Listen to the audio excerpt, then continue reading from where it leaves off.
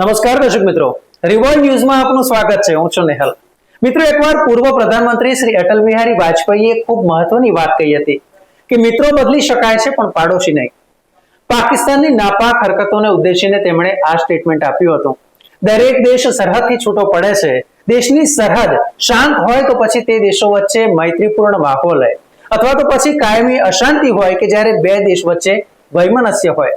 ભારત એક મોટા ભાઈ તરીકે પોતાની જવાબદારી નિભાવી આસપાસના પાડોશી દેશોને હંમેશા સહાય કરે છે. આપણે શાંત છીએ, પણ જો બાજુનો દેશ એટલે કે પાડોશી દેશ જો આપણને સળી કરતો હોય, આપણી સરહદમાં ઘૂસણખોરી કરતો હોય, ત્રાસવાદ ફેલાવતો હોય, ત્યારે માથે પડેલા પાડોશીની જેમ તેને ઝીલવો પડે છે. ક્યારેક તેના જનૂન કે પછી ગાંઠપણને કાબુમાં લેવા માટે લાલ આંખ કરવી પડે છે. મિત્ર દેશો હંમેશા પરસ્પર વિકાસ ઈચ્છે છે. વિશ્વભરમાં એકબીજાના સહયોગથી પ્રગતિ માટે વિવિધ આર્થિક સામાજિક સંગઠનો રચવામાં આવ્યા છે, અને તેમાંનું એક સંગઠન એટલે બિમસ્ટેક સંગઠન. આ સંસ્થામાં જોડાયેલા દેશો પરસ્પર સહયોગથી પ્રગતિ કરે છે, સહકારની ભાવનાથી વિન વિન સિચ્યુએશન પેદા કરે છે. તેમાં સામેલ દેશોનો ધ્યેય સહકાર થકી પ્રગતિનો હોય છે. આ દેશો સુરક્ષા, દૂરસંચાર, વેપાર અને પરસ્પર સહયોગ લાવે છે, અથવા તો કોઈ પણ મુદ્દે વિવાદ નથી થવા દેતા. તાજેતરમાં દિલ્હીમાં બિમસ્ટેકની મહત્વપૂર્ણ બેઠક મળી. ભારત આ બેઠકનો યજમાન દેશ હતો. ત્યારે આપણા વડાપ્રધાન નરેન્દ્ર મોદી અને વિદેશ મંત્રી ડોક્ટર એસ જયશંકરે બિમસ્ટેક દેશોના પ્રતિનિધિઓ સાથે ભારત સાથે તેમના સંબંધ ગાઢ થાય તે માટે વિવિધ ક્ષેત્રે મહત્વપૂર્ણ ચર્ચા કરી. મિત્રો, હવે આપણે પ્રશ્ન થાય કે બિમસ્ટેક શું છે, તેનો હેતુ શું છે, કયા દેશો તેમાં સામેલ છે? તો મિત્રો, બિમસ્ટેકનું પૂરું નામ છે, અને તે નામ જણાવી દઉં, બે of Bengal initiative four multi sectoral technical and economic cooperation, એટલે કે બિમસ્ટેક. આ સંગઠન બંગાળની ખાડીની સરહદે આવેલા દેશોનું મહત્વપૂર્ણ કહી શકાય તેવું પ્રાદેશિક સંગઠન છે. આ સંગઠનમાં કયા કયા દેશો સામેલ છે જો તેની વાત કરવામાં આવે તો ભારતના પાડોશી દેશ બાંગ્લાદેશ, ભારત, શ્રીલંકા, થાઈલેન્ડ, મ્યાનમાર, ભૂતાન અને નેપાળનો આ સંગઠનમાં સમાવેશ થાય છે. આમ કુલ મળીને 7 દેશોનો સમૂહ છે. પાકિસ્તાનને આનાથી અલગ રાખવામાં આવ્યું છે. બિમસ્ટેકનું હેડક્વાર્ટર બાંગ્લાદેશના ઢાકામાં આવેલું છે. આ સંગઠનનો ઉદ્દેશ છે તેની વાત કરીએ તો તે ઝડપી આર્થિક વિકાસ થાય, સામાજિક પ્રગતિ થાય, સામાન્ય હિતના મુદ્દા પણ તેમાં આવરી લેવામાં આવે છે, અને સંકલન સ્થાપિત થાય એ આ સભ્ય દેશો વચ્ચે હકારાત્મક વાતાવરણ ઊભું કરવાનો એક પ્રયાસ કરવામાં આવે છે. આ સંગઠનની સ્થાપના વર્ષ 1997માં થઈ હતી, જે થઈ હતી બેંકોક ડિક્લેરેશન હેઠળ. શરૂઆતમાં તેમાં 4 દેશો હતા. તેને આપણે બીસ્ટ ઇસી એટલે કે બાંગ્લાદેશ, ભારત, શ્રીલંકા અને Thailand organisation for economic cooperation કહેતા હતા. 22 ડિસેમ્બર 1997ના રોજ મ્યાનમારનો તેમાં આ સમૂહમાં જોડાણ થયું, જે બાદ સંગઠનનું નામ બીમ્સ્ટ ઇસી થઈ ગયું. 2004માં ભૂતાન અને નેપાળનો પણ સમાવેશ થયો, અને ત્યાર પછી તેનું નામ બિમસ્ટેક થયું છે. હવે પ્રશ્ન થાય કે બિમસ્ટેક થી ભારતને શું ફાયદો થાય? તો મિત્રો, ભારત એ બિમસ્ટેક દ્વારા સાર્ક દેશોમાં પોતાનું વર્ચસ્વ સ્થાપિત કરી શકે છે. સાર્કમાં પાકિસ્તાનનો સમાવેશ થાય છે, તેથી સરકાર ઈચ્છે છે કે બિમસ્ટેક મજબૂત બને. સાર્ક પરસ્પર સહયોગ દ્વારા દક્ષિણ એશિયામાં શાંતિ અને પ્રગતિ કરવા માટે મથે છે. વર્ષ 2016માં જ્યારે ભારતે બ્રિક્સ સમિટની યજમાની કરી હતી, ત્યારે પણ ભારતે સાર્કને બદલે બિમસ્ટેક દેશોને આમંત્રણ આપ્યું હતું, જેનાથી પાકિસ્તાન વિશ્વમાં અલગ પડી ગયું હતું, અને ભારત વિશ્વને એ સંદેશો પહોંચાડવામાં સફળ રહ્યું હતું કે આતંકવાદ અને શાંતિ વાર્તા એક સાથે શક્ય નથી. ગયા વર્ષે બિમસ્ટેક વિદેશ મંત્રીઓની બેઠક 17 જુલાઈ 2023ના રોજ બેંકોકમાં યોજાઈ હતી. આ વર્ષે સપ્ટેમ્બરમાં થાઈલેન્ડમાં 6ઠ્ઠી બિમસ્ટેક સમિટ યોજાવા જઈ રહી છે, જેમાં દરિયાઈ વેપારમાં પરિવહન સહયોગ અંગેના કરાર પર હસ્તાક્ષર કરવામાં આવશે.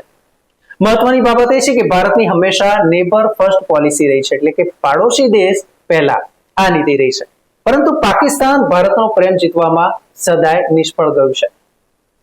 હાલત એવી છે કે પાકિસ્તાન આર્થિક રીતે કંગાળ થયું છે, અને લોન માટે IMFની કડક શરતોનું પાલન કરવાની સ્થિતિ છે, જેને કારણે પાકિસ્તાનમાં દુકાળમાં અધિક માસ જેવી સ્થિતિનું નિર્માણ થયું છે.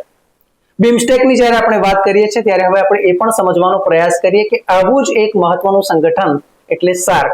સાર્ક શું છે? મિત્રો, સાર્ક જેનો મતલબ થાય છે south Asian Association for regional cooperation, જેને હિન્દીમાં દક્ષેસ નામ આપવામાં આવ્યું છે.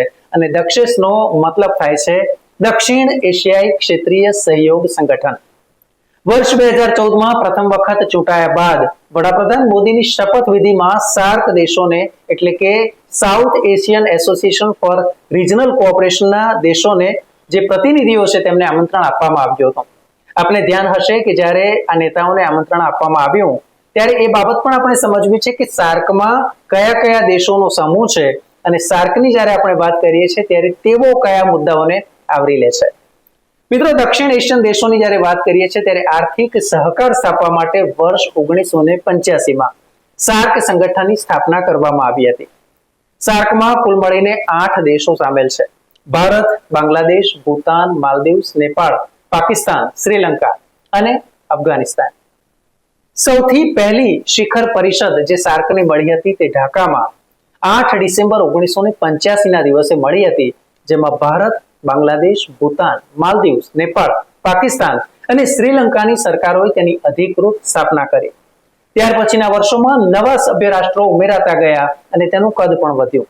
2007માં અફઘાનિસ્તાનના જોડાવાથી સાર્કનો વિસ્તાર વધ્યો.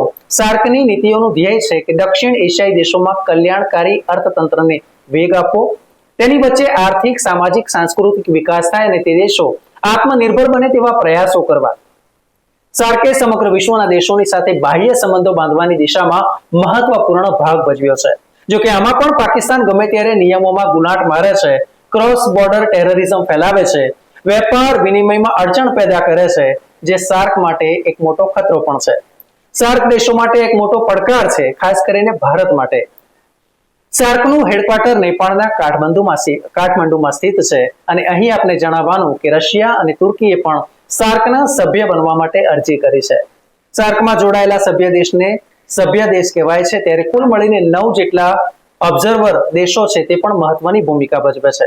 આ તમામ દેશો કૃષિ, ગ્રામીણ વિકાસ, માનવ સંસાધન વિકાસ, પર્યટન, આર્થિક વિકાસ, વેપાર અને નાણું, સામાજિક બાબત, પર્યાવરણ, કુદરતી આપત્તિ, બાયોટેકનોલોજી, શિક્ષણ, સલામતી અને સંસ્કૃતિ અને માહિતીનું આદાન પ્રદાન કરે છે. આ ઉપરાંત ગરીબી નાબૂદી, ઉર્જા, પરિવહન, વિજ્ઞાન અને ટેકનોલોજી આ બાબતે પરસ્પર સમજૂતી કરે છે, પ્રગતિ કરે છે અને આમ એકબીજાનો વિકાસ થાય છે.